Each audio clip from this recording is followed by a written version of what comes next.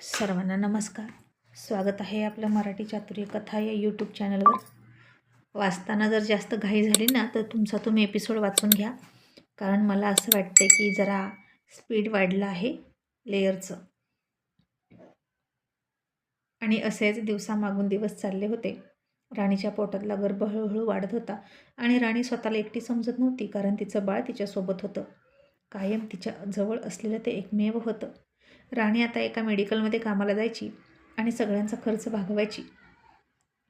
आणि मेडिकलमध्ये कोणी सॅनिटरी पॅड मागायला आलं की राणीला रोहितची आठवण यायची आणि प्रत्येक गोष्टीवरून तिला अनेक गोष्टी आठवायच्या त्याच्या. आणि संध्याकाळ झाली की राणी त्याच्या आठवणीत रमायची. मग तिच्या भावाचं ॲडमिशनसुद्धा केलं. या कामात मनोजनं खूप मदत केली तिची. त्याची मावशीसुद्धा खूप चांगली म्हणावी लागेल, जे त्यांना तिथं राहायला जागा दिली. आणि इकडे रोहितला अजिबात माहीत नव्हतं की राणी कुठे आहे. त्यानं ती घर लावून गेली त्यानंतर जाणूनही घेण्याचा प्रयत्न केला नाही की ती कुठे असेल, कारण ते फोटो बघितल्यानंतर तिचं जे झालं असेल ते होवो. त्याला आठवायची ती फक्त त्याची जी दापोलीला जाण्याच्या आधीची राणी होती ना, ती आठवायची. आणि आता रोहितला बघता बघता सिगारेटचा सुद्धा चांगलाच नाद लागला. आणि आता काय करणार, जेव्हा माणसाच्या मनासारखं काही होत नसतं किंवा त्याचं आयुष्यात दुःख असतं तेव्हा ते विसरण्यासाठी तो असाच व्यसनाच्या आहारी जातो. आणि राणीला विसरण्यासाठी नाही तर राणीच्या आठवणीत रमण्यासाठी तो व्यसन करायचा. आणि हे फक्त त्याच्या जीवाला माहीत होतं, बाकी कोणालाही नाही. त्याच्या इमोशन्स, भावना लपवून ठेवण्यात रोहित खूप पटाईत होता. आणि घरच्यांना वाटायचं की राणीच्या आठवणीमुळे रोहित झुरतोय आणि व्यसन करतोय. रोशननं खरंच राणीचा शोध घेण्याचा प्रयत्न केला. तिच्या नातेवाईकांकडे चौकशी करण्याचा प्रयत्न केला, पण त्यांना अपयश आलं. आणि रोहित तर घरच्यांना म्हणाला होता की माझ्याकडून कसलीही कौटुंबिक अपेक्षा करूच नका. आणि जानकीला काळजी वाटली. त्याचं लग्न व्हावं अशी आधी अपेक्षा होती. त्यानं लग्नही कसं तरी केलं, पण आता एक बाळ झालं असतं तर खूप बरं झालं असतं. निदान त्याचा संसार तरी सुरू झाला असता. पण आता हे असं होऊन बसलं. त्याचा संसार पुन्हा तुटला आणि इथेच सगळे संपलं. कारण रोहित आता दुसरं लग्न करेल असं वाटत नव्हतं. हाच संसार जोडला तर पुढं काहीतरी होऊ शकतं, घरातल्यांना माहीत होतं. पण रोहित आणि दुसरं लग्न इम्पॉसिबल. घरातले त्याला चांगलंच ओळखत होते, पण आता राणी सापडत नव्हती आणि घरच्यांच्या आशा मावळत चालल्या होत्या. संग्राम आणि मेघनाला कळालं की रोहितच्या घरचे राणीचा शोध घेत आहेत. आणि मेघना याच गैरसमजत होती की राणी या जगातच नाही आणि हे वेड्यासारखे काय तिचा शोध घेतात. तरीही ती हसत हसत म्हणाली, घ्या, चांगला कसून शोध घ्या राणीचा. पण राणी तुम्हाला ना पूर्वेकडे सापडेल ना पश्चिमेकडे, ना उत्तरेकडे ना दक्षिणेकडे. राणी तर थेट वरच्या दिशेनं गेली. आणि बरं झालं मी डोकं चालवलं आणि त्या संधीचा फायदा घेऊन तिचा काटा काढला, नाहीतर आता ती नक्कीच त्यांना सापडली असती. पुन्हा रोहित राणीचा संसार या लोकांनी जुळवून दिला असता. आणि रोहित सरांचा राग तरी किती दिवस टिकणार. शेवटी नवरा बायको होते ते, कधी ना कधी त्यांनी तिला माफ केलं असतं. पण आता मला संधी आहे सरांना दिलासा देण्याची, त्यांना सावरण्याची. असं म्हणून मेघना आता रोहितच्या मागे चांगलीच लागली. म्हणून कॉलेजला गेली. आता रोहित पहिल्या तासावरून स्टाफरूमकडे निघाला होता आणि मेघनासुद्धा त्याला पुढून सामोरे आली. आणि तो समोरून आला की हिचे नखरे सुरू व्हायचे. उगीचच साडी बेंबीच्या खाली ओढायची, पदरवरती घ्यायची, केस दाखवायची आणि प्रत्येक तासानंतर मेकअप करायचा आणि लिपस्टिक लावायची. पण रोहित बघेल तर ना. आणि आता तो तिच्या समोरून त्याच्या नादात निघाला होता आणि ती म्हणाली, रोहित सर गुड मॉर्निंग.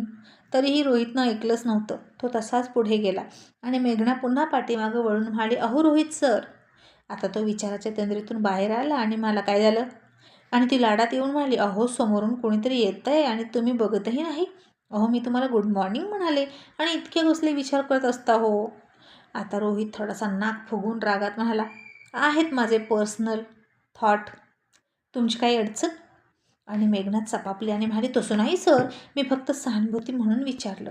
आणि तो तिला खोचकपणे म्हणाला, का मी आजारी आहे, मी गरीब आहे का, की मी रस्त्यावर आलोय म्हणून तुम्ही मला सहानुभूती दाखवता. मिस मेघना, तुमच्या सहानुभूतीची गरज ज्यांना आहे त्यांना दाखवा, मला गरज नाही. आणि तुम्हाला का हौस आहे मला गुड मॉर्निंग म्हणायची. आणि मला माहीत आहे तुम्ही रोज म्हणता, मी देतो का तुमच्या गुड मॉर्निंगला उत्तर. नाही ना, मग कळत नाही, एकदा सांगूनसुद्धा कळत नाही. असा तो बोलला आणि निघून गेला. आणि मेघनानं तोंड वाकडं केलं. आणि हा खडूस राणी कशी सांभाळत होती काय माहीत, असं तिला वाटलं. पण मी पण मेघना आहे. रोहित सर, मी तुम्हाला बदलून दाखवणारच, असा विडा तिनं उचलला. मग आता रोहितनं त्याचा नवीन पक्षही काढला सुद्धा. आणि त्याचं उद्घाटन उद्याच होतं. आणि कोणी मंत्री संत्री न स्वतःचा बाप ना आई कोणालाही त्यानं बोलवलं नाही. तो स्वतः उद्घाटन करणार होता. रोहित आता खूप बदलला होता. आणि आता रोहित घरी निघाला आणि त्याला आडवा आला संग्राम. आणि उगीच रोहितची छेड काढत म्हणाला, अरे रे रे, बाप रे, काय रे तुझे दिवस. कालपर्यंत अध्यक्ष म्हणून लोक डोक्यावर घेत होते आणि आता तू अध्यक्ष राहिलाच नाही. रोहित सूर्यवंशी, मला तुझी ना दया येते. आणि तू राजकारणात टिकू शकत नाही, हेच खरं. आता रोहितसुद्धा त्याला डॅशिंग लुक देत म्हणाला, अच्छा, एक काम कर ना, गळ्यात माळा अडकव आणि रस्त्याच्या कडेला लोकांचं भविष्य सांगत बस. फारच कळते रे तुला भविष्य. तर तुला हेही कळायला हवं की उद्याच माझ्या नव्या पक्षाचं उद्घाटन करतोय मी. चहा नाश्त्याला ये आणि उद्घाटन बघून जा. आणि कसं आहे ना संग्रामराजे शिर्के, मी नावानं सूर्यवंशी आहे आणि मी माझं नाव जगतो. फक्त लावत नाही नावापुढं, तर मी ते नाव जगतो. आणि फिनिक्स पक्षासारखा सगळं जळून राग झालेलं असतानाही त्या राखेतूनच मुठभर राग घेऊन मोठं साम्राज्य निर्माण करणारी धमक आहे माझ्यात. आणि त्याचाच पहिला अध्याय उद्यापासून सुरू होतोय. ये उद्या नक्की ये, असं म्हणून रोहित निघून गेला. तसा संग्राम आणखीन चिडला आणि म्हणाला, तुझ्या तर आता याचं काय करायचं. आणि संग्राम त्याला हाक मारून म्हणाला, अरे थांब, आधी मला सांग, तू बाहेर खूप मोठ्या मोठ्या झेपा घेतस, पण तुझ्या घरात काय, तुझी बायको तर. तसं पियेनं त्याला अडवलं आणि मला, साहेब हे बोलू नका. तसा संग्राम बोलायचा थांबला आणि त्याला वाटलं आपण काही चुकीचं बोलतोय की काय. आणि आता बायकोचं नाव काढलं आणि रोहितनं थोडंसं रागात मागे बघितलं. पण आता संग्राम गप्पच बसला आणि रोहित पुढे निघून गेला. आणि पिये म्हणाला, अहो तुम्ही काय करत होता, रागाच्या भरात हेच बोलणार होता ना की तुझी बायको तर दुसऱ्यासोबत पळून गेली किंवा दुसऱ्यासोबत झोपते. अहो असं झालं असतं तर रोहितला कळलं असतं की हे आपल्यालाही माहीत आहे आणि हा प्लॅन आहे, हे त्याला लगेच कळलं असतं आणि आपोआप त्याचा संशय दूर झाला असता. काय हो तुम्ही, आता तुमच्यासोबत मी होतो म्हणून ठीक. आणि संग्राम म्हणाला, सॉरी, बरं झालं माझ्या लक्षात आणून दिलं. आणि आता तोही घरी गेला. आणि घरी रोहितला जानकी म्हणाली, रोहित उद्या राजलक्ष्मीचं बारसं आहे, तू घरी थांबशील ना. आणि रोहित म्हणाला, मला वेळ नाही. मग दुसरा दिवस उजाडला. आज रोहितच्या पक्षाचं उद्घाटन होतं. त्यानं घरात कुणालाही बोलवलं नाही, फक्त उद्घाटन आहे एवढंच म्हणाला. पण आता घरी बारसं होतं आणि त्यानं तिकडं उद्घाटन केलं स्वतःच. आणि सगळ्यांना त्यानं सांगून सुद्धा टाकलं की आपण नवीन पक्ष काढलेला आहे. आधीचेच कार्यकर्ते होते, फक्त त्यांच्या हातात जुना झेंडा काढून नवीन झेंडा दिला. आणि स्वतः त्या खुर्चीत बसला आणि म्हणाला, आता बघूच मला कोण ऑर्डर देतं. आता माझ्याकडून माझीच खुर्ची हिरकावून घेण्याचा कोणाचाही अधिकार नाही. आणि जर मी काम करताना काही चुकलो तर याची तक्रारही माझ्याकडेच असेल. आणि अशा प्रकारे होल अँड सोल सगळी पावर आणि सगळा कंट्रोल रोहितनं स्वतःच्या हातात ठेवला आणि तो त्या पक्षाचा सर्वेसर्वा झाला. आणि हे ऐकून पक्षश्रेष्ठींना धक्का बसला. त्याने लगेच मल्हाररावांना फोन केला आणि म्हणाले, मल्हारराव, अहो हे काय, आता रोहितनं नवीन पक्ष काढला म्हणजे आमच्या पक्षाला खिंडारच पडलं म्हणायचं तुमच्या मतदारसंघात. मी सुद्धा त्याला अध्यक्षपदावरून नव्हतो काढणार, मीच स्वतःच त्याला अध्यक्ष केला होता. पण आता काय करणार, परिस्थितीच अशी होती की तुमच्या घराण्याची अब्रूही वाचवायची होती, माझ्यावर प्रेशर येत होतं, असं ते पक्षश्रेष्ठी घाबरून म्हणाले. अदबीनं बोलत होते त्यांच्याशी. आणि मल्हारराव म्हणाले, मुलगा ऐकत नाही, काय करणार, दुखावलाय, खूप दुखावलाय आणि त्याला आता कोणाच्याही हाताखाली थांबायचं नाही. होऊ ते त्याच्या मनासारखं. तुम्ही त्याच्याशी 2 हात करण्याची तयारी ठेवा, बाकी माझी मदत तुम्हालाच असेल. आणि ते म्हणाले, ठीक आहे, शेवटी राजकारण आहे हे. एकाच घरात बाप एका पक्षात, मुलगा दुसऱ्या, तर सून तिसऱ्या पक्षात असतेच की. आणि मल्हारराव म्हणाले, पण मी तुमच्या कायम बाजूने असेल. राजकारण फार विचित्र असतं साहेब, म्हणून मी कधीच त्यात पडलो नाही ना. मी तुमच्याशी प्रतारणा कधीच करणार नाही. मी जिवंत असेपर्यंत आणि तुम्ही जिवंत असेपर्यंत मी तुमच्याशीच प्रतारणा करणार नाही. तुमचाच दोस्त आहे मी, तुमचाच माणूस आहे. आणि ते पक्षश्रेष्ठी हसून म्हणाले, मल्हारराव आभारी आहोत आम्ही तुमचे, पण अहो तुमचा मुलगा कोहिनूर हिरा आहे, त्याचं काय करावं ते आम्हाला आता तो त्या मतदार पक्षात जमू देणार नाही. सगळ्यांचं डिपॉझिट जप्त होणार, पण असो, आपलाच आहे, आपणच सांभाळला पाहिजे, असं म्हणून त्यांनी रोहितला नवीन वाटचालीच्या शुभेच्छा दिल्या. हा विषय इथेच क्लोज केला आणि रोहितला पुन्हा माझ्या पक्षात अशी गोळ त्यांनी घातली नाही, कारण रोहित ऐकणार नाही त्याला माहीत होतं. आणि आता रोहित खरंच कोणाच्याही हाताखालचा कार्यकर्ता न राहता एका पक्षाचा अध्यक्ष झाला. अध्यक्ष पदावरून काढलं ना तर दुसरा पक्ष काढून तो अध्यक्षच झाला आणि यालाच म्हणायचं स्पिरिट. पण त्याची दुसरी बाजू नक्कीच दुखरी होती. त्याची जखम कधीच न भरून येणारी होती. मग आता असेच काही दिवस गेले.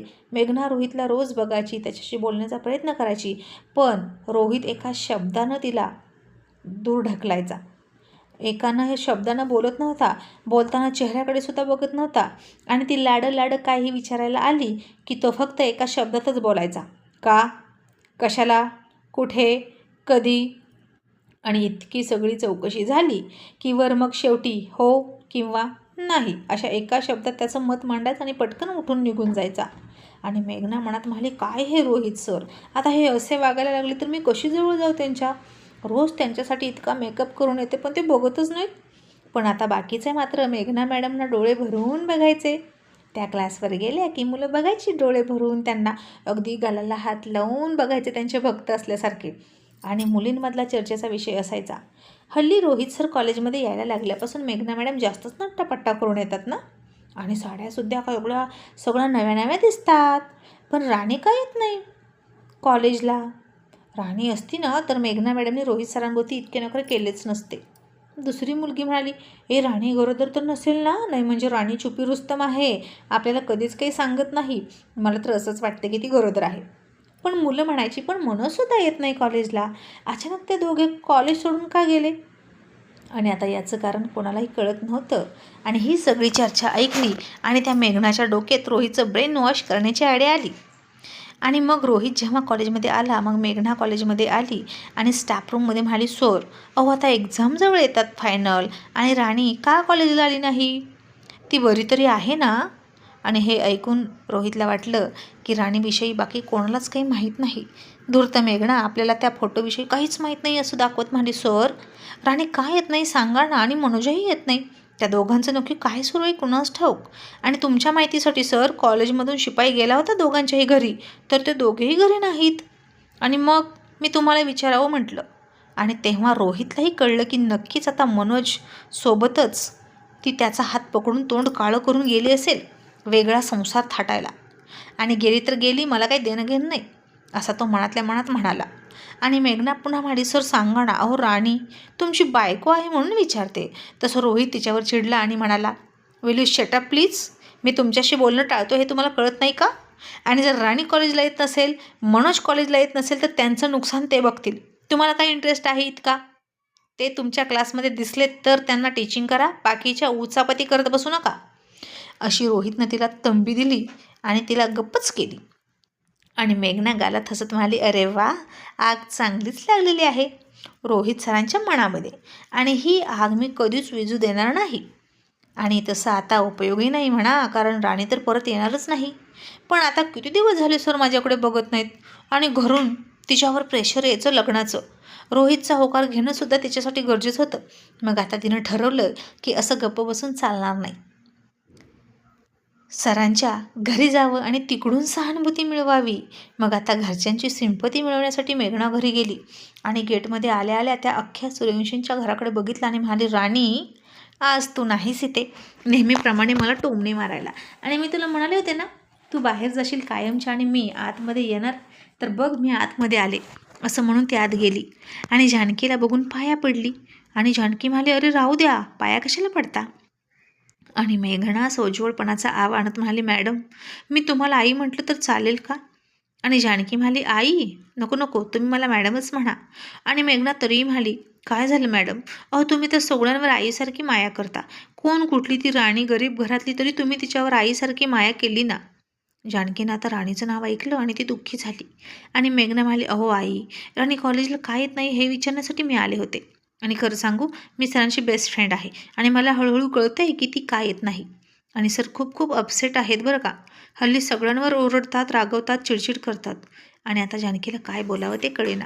राणीविषयी नेमकं मेघनाला काय बोलावं हे जानकीला कळेना. आणि मेघनाच म्हणाली, आई माझ्यापासून काहीच लपवण्याची गरज नाही. राणीविषयी काही काही गोष्टी मला माहीत आहेत. आणि आता जानकी गप्प बसली. सोनमसुद्धा आता घरात नव्हती. तिनंसुद्धा रोशनसोबत ऑफिस जॉईन केलं होतं फॅक्टरीमधलं. सपन आणि राजलक्ष्मी घरात आरामच करत होत्या. त्यामुळे जानकी एकटीच होती. आणि मग तिचा अंदाज घेत मेघना म्हणाली, आई मला माफ करा, पण मला माहीत आहे राणी का येत नाही. आणि मनोजही गायब आहे. मला तुम्ही तुमच्या घरातली समजा. अहो पण मला सगळं माहीत आहे त्या दोघांविषयी. दापोलीला गेल्यावर तर नुसते फ्री वर्ड सारखे फिरत होते एकमेकांच्या हातात हात घालून. कालच मी आता आमचे दापोलीचे फोटो बघत होते. तुम्हाला बघायचं असेल तर बघा बरं का हा फोटो. त्या दोघांच्या नजरेमध्ये किती प्रेम आहे. असं म्हणून मेघनानं तोच फोटो दाखवला व्हॅनमध्ये काढलेला. आणि ते बघून जानकीला वाटायला लागलं की राणीच्या डोळ्यात मनोजविषयी प्रेम आहे. आणि आता मेघना म्हणाली, अहो रोहित सर आणि तिच्या लग्नाच्या आधीपासून ते दोघे एकमेकांवर प्रेम करतात. आणि रोज तो समोर असल्यावर ते प्रेम असंच कसं सुटेल सांगा बरं. आणि त्यात दोघेही एकाच वयाचे. रोहित सर आणि तिच्या वयात खूप फरक आहे. दोघे सतत भांडतात. आणि सर जेव्हा कॉलेजला येत नव्हते तेव्हा राणी सतत मनोजचा हात हातात घेऊन कॅन्टीनमध्ये बसलेली असायची. आणि सरांनी राणीवर लक्ष ठेवायला सांगितलं होतं मला. हे तर तुम्हाला माहीतच असेल. सरांना अजिबात तिच्यावर विश्वास नव्हता. आणि दापोलीला जाण्यासाठी सुद्धा दोघांनी मुद्दाम टीम बनवली आणि दापोलीला आले. त्यात रोहित सरांचा स्वभाव हा असला कडक, त्यामुळे राणीला ते नकोच वाटायचं. मोठं घराणं आहे, मोठ्या घराण्याची सून आहे, झेडपी अध्यक्षाची बायको आहे, म्हणून तिला फक्त तेवढ्यापुरतं मिरवायचं होतं. आणि बाकी सगळं प्रेम मनोजकडे होतं तिचं. दोघेही एकसाथ गायब आहेत कॉलेजमधून. आणि दोघांच्याही घरी लेटर पाठवलं तर असं कळतं की दोघेही आता शहरात राहतच नाहीत. आणि बहुतेक ते दोघेही एकमेकांसोबत पळून गेले. आणि हे ऐकलं आणि जानकी म्हणाली, असं काय? म्हणजे तुम्हाला सगळं माहीत आहे का? आणि आता मेघना म्हणाली, हो मला सगळं माहीत आहे. आणि सरांची अवस्था मला बघू वाटत नाही. आणि सर खूप दुःखी आहेत. हो मला बघू वाटत नाही. राणीवर त्यांचा जीव होता पण ती त्यांना फसवून गेली. आणि त्या राणीच्या जागेवर जर दुसरी मुलगी आली तर नक्कीच सर सावरतील. जानकीलाही आता कळत होतं. रोहित खात नव्हता, नीट पीत नव्हता, सारखा ड्रिंक करायचा, सतत बाहेर राहायचा. आता सिगारेटचं व्यसनही लागलं होतं. राणीविषयी कोणी काही बाहेरच्याने विचारलं तर सांगायचा तिच्या आईसोबत इकडं गेली तिकडं गेली, नातेवाईकांना सांगायचा शाळेसाठी इकडे तिकडे गेली, काहीही सांगायचा. आणि जानकीला काळजी वाटत होती. आता कुठल्याही आईला तिच्या मुलाची काळजी तर वाटणारच ना. जाणारी तर गेली तिच्या मित्रासोबत नवीन संसार थाटायला. आणि ज्या अर्थी मनोज गायब आहे त्या अर्थी नक्कीच राणी त्याच्यासोबत गेली. आता तिचं सत्य उघडकीस आलं म्हणून असं तिला वाटलं. पण आता रोहितला सावरणं गरजेचं होतं, कारण तो घरातला खूप मोठा आधारस्तंभ होता. आणि जानकीसुद्धा आता रोहितच्या दुसऱ्या लग्नाचा विचार करायला लागली. या घटनेला 5-6 महिने होऊन गेले. आणि राणी जर तिच्या आयुष्यात पुढे गेली असेल तर रोहितनंही त्याच्या आयुष्यात पुढे जावं असं जानकीला वाटलं. आणि मेघनानं बरोबर जानकीच्या मनात हे भरवलं आणि म्हणाली, आई मला माहीत आहे रोहित सर आता पुन्हा लग्न करायला तयार होणार नाहीत, पण त्यांना या सगळ्यातून बाहेर काढण्यासाठी हे केलंच पाहिजे. आणि तरच ते सावरतील. जानकी म्हणाली, तुझं बरोबर आहे, पण रोहितला पुन्हा माणसात आणेल अशी मुलगी कोण भेटेल? आणि मेघना आता लगेच म्हणाली, आई सुरुवातीला राणी तरी कुठे सरांना आवडत होती, पण सहवासाने आवडायला लागली ना, तसंच कोणतीही मुलगी त्यांच्या आयुष्यात येऊ द्या, ती त्यांना आवडणारच. आणि मला माफ करा पण रोहित सरांवर माझं प्रेम आहे. तसं जानकीनं चकित होऊन तिच्याकडे बघितलं. आणि मेघना लगेच तिच्या पायात बसली आणि म्हणाली, गैरसमज करून घेऊ नका, पण काय करू, ते आहेतच इतके छान की कोणीही त्यांच्यावर प्रेम करू शकतं. पण त्या राणीलाच का दुर्बुद्धी सुचली कुणास ठाऊक. आणि असंच थोडीच आहे की जिचं त्यांच्यासोबत लग्न झालं तिनंच फक्त त्यांच्यावर प्रेम करावं. कॉलेजमधल्या सगळ्या मुली त्यांच्यावर प्रेम करतात, त्यांच्यावर मरतात. कुणीही त्यांच्यासोबत लग्न करायला तयार आहे, पण सर तयार नाहीत. आणि तुम्ही मला पसंत करता का? तुम्ही मला पसंत केलं तर मी सरांना या सगळ्यातून बाहेर काढून दाखवीन. आणि आता जानकीला तर काय बोलावं तेच कळेना. आणि ती म्हणाली, आता जर राणी परत येणार नसेलच आणि रोहित तयार असेल तर आमचं काहीच नाही. आणि मेघना म्हणाली, मी सरांना या सगळ्यातून बाहेर काढून पहिल्यासारखं हसायला खेळायला लावेल. मग तर झालं ना. तुम्हाला तुमचा मुलगा पहिल्यासारखा मिळाला म्हणजे बास ना. आणि जानकी म्हणाली, ठीक आहे, तू तुझ्या पातळीवर प्रयत्न कर, आमचं काहीच नाही. आम्हाला फक्त आमचा मुलगा पहिल्यासारखा व्हायला हवा. आता जर राणी येणारच नसेल तर तिची वाट बघण्यात तरी काय उपयोग आहे ना. तिनं आम्हाला फसवलंय हेच खरं. आणि तिनं रोहितलाही फसवलं. मग आता तिची वाट आम्हीसुद्धा बघणार नाही. गेली तर जाऊ दे. आणि मेघना हसली. मग आता सकाळी नाश्ता करताना जानकीने रोहितसमोर विषय काढला आणि म्हणाली, रोहित, मला तुझी ही अवस्था बघवत नाही. मला असं वाटतं की तू दुसरं लग्न करावं. जर तुला राणी नकोच असेल तर. आणि राणीसुद्धा इथे नाही. तुझं लग्न होऊनही न झाल्यासारखंच आहे. त्याचा काय उपयोग मग? रोशन, राहुल दोघांनी तिला खूप शोधली, पण ती आता सापडणारच नाही असं वाटतंय. तसा रोहित चिडून म्हणाला, काय? तिला शोधली? काय गरज होती तिला शोधायची? रोशन मला तुझ्यासाठी शोधत होतो. तूच तिची आठवण काढतोस म्हणून शोधत होतो. दादा, तू इतका निर्दयी कसा आहेस रे? अरे 6 महिने झाले या घटनेला. तू राग विसर ना आता. आणि रोहित म्हणाला, बरं चल, मी राग विसरतो. पण कुठे आहे तुझी राणी वहिनी? ती तर गेली त्या मनोजसोबत हात पकडून. खरं तर तिला जायचंच होतं, पण मला सत्य कळलं आणि तिनं तोंड काळं केलं. आणि जानकी म्हणाली, पण रोहित तुझं काय? मला असं वाटतं की तू सुद्धा दुसरं लग्न करावं. आणि रोहित म्हणाला, नाही, मला आता माझ्या आयुष्यात कोणत्याही मुलीला थारा द्यायचा नाही. एकदा लग्न करून बघितलं, तुमच्या आग्रहाखातर आणि धन्य झालो असं म्हणून त्यांनी स्पष्ट नकार दिला लग्नाला. इतक्यात आता तिथं रांगणारी राजलक्ष्मी आली आणि रोहितच्या पायात आली. राजलक्ष्मी खूप गोड दिसायची, थोडंसं बोलायची, काका काका करायची, पण रोहित तिच्याकडे अजिबात बघत नव्हता. जानकी म्हणाली, रोहित, अरे ती काका म्हणते तुला, तिच्याशी तरी बोल. आता लहान मुलंही तुला आवडत नाहीत का? आणि रोहित पुन्हा रागात म्हणाला, नाही. आणि आता जो रोहित बाप होण्याची स्वप्न बघत होता त्याला आता लहान मुलंसुद्धा आवडत नव्हती. आणि काय करावं? या राणीनं तर सगळं रोहितचं आयुष्यच उद्ध्वस्त करून टाकलं. म्हणून जानकीला आता राणीचा राग यायला लागला. रोहित आता लहान मुलांना आणि स्त्रियांना जवळ येऊ देतच नव्हता. ज्या गोष्टीवर त्यानं खूप प्रेम केलं, ज्या त्याला जास्त हव्याशा वाटत होत्या, त्या त्यानं स्वतःपासून दूर केल्या आणि मोह टाळला. आणि प्रेमातून फक्त आणि फक्त दुःखच मिळतं हे त्याला वाटलं. आणि मेघना तिकडून सतत जानकीला संपर्क करून म्हणायची की मी रोहित सरांना ठीक करू शकते. आणि तिनं जानकीला गोड बोलून जवळ केली. मग आजही अशीच मेघना घरी आली. तिच्या चक्रा आता वाढल्या होत्या सूर्यवंशी घरात. आणि म्हणाली, आई, मी सरांच्या रूममध्ये जाऊ शकते का? मी खोलीत राणीच्या काही आठवणी असतील तर त्या बाजूला करते आणि सरांची खोली पुन्हा नव्यानं सेट करते, म्हणजे त्यांना फ्रेश वाटेल. सपनानं ते ऐकलं आणि म्हणाली, नको मॅडम, तुम्ही हे करू नका बरं का, कारण भाऊजींना खूप राग येतोय त्यांच्या खोलीत कोणी गेलं तर. आणि मेघना फुल कॉन्फिडन्सनं म्हणाली, नाही, राग येणार नाही त्यांना. हल्ली ते कॉलेजमध्ये माझ्याशी खूप छान बोलतात आणि मी त्यांचं मन वळवणारच. असं म्हणून ती गेली आणि तिनं सगळी अरेंजमेंट बदलून टाकली. राणीनं जशी पुस्तकं लावली होती ती बदलली, फ्लावर पॉट कुठे ठेवला आहे सगळं बदलून टाकलं. आणि इतक्यात दुपारीच त्याचं काहीतरी काम होतं म्हणून रोहित तिथं आला आणि तो अचानक त्याच्या खोलीत आला. पाठमोऱ्या उभ्या राहिलेल्या मेघनाला त्यानं बघितलं आणि क्षणभर त्याला वाटलं की ही राणीच आहे. पण दुसऱ्या क्षणी तो सावध झाला आणि म्हणाला, कोण? तशी मेघना पाठीमागं वळली, हसली आणि हरकून म्हणाली, मीच आहे सर. तुम्हाला आवडली का हो ही अरेंजमेंट? जुनी अरेंजमेंट खूप बोर होती. आता बघा, जुनं सगळं विसरून जा आणि नव्याचा स्वीकार करा. असं म्हणून मेघना हसत त्याच्यासमोर आली. आणि आता रोहितला राणीनं केलेली अरेंजमेंट जशीच्या तशी ठेवायची होती आणि का बदलली म्हणून त्यानं चिडून मेघनाच्या खाडकन कानाखाली दिली. आणि एक कानाखाली देऊन राहिला नाही रोहित कुमार, दुसऱ्या बाजूनं दुसरीही कानाखाली दिली आणि खूप मोठ्यानं अख्ख्या सूर्यवंशींचा बंगला दणाणून जाईल अशा आवाजात मला, आऊट, जस्ट गेट आऊट. तुला कोणी परमिशन दिली माझ्या रूममध्ये यायची? आणि मेघना प्रचंड घाबरली. तिच्या दोन्ही डोळ्यातून पाणी गळत होतं आणि दोन्ही गाल पकडून बाहेर पडली. आणि तिला त्याच्या रूममध्ये जायला परमिशन दिली म्हणून जानकी घाबरली आणि गुपचूप रूममध्ये जाऊन बसली. आणि मेघनाला म्हणाली, माझं रोहितला नाव सांगू नको.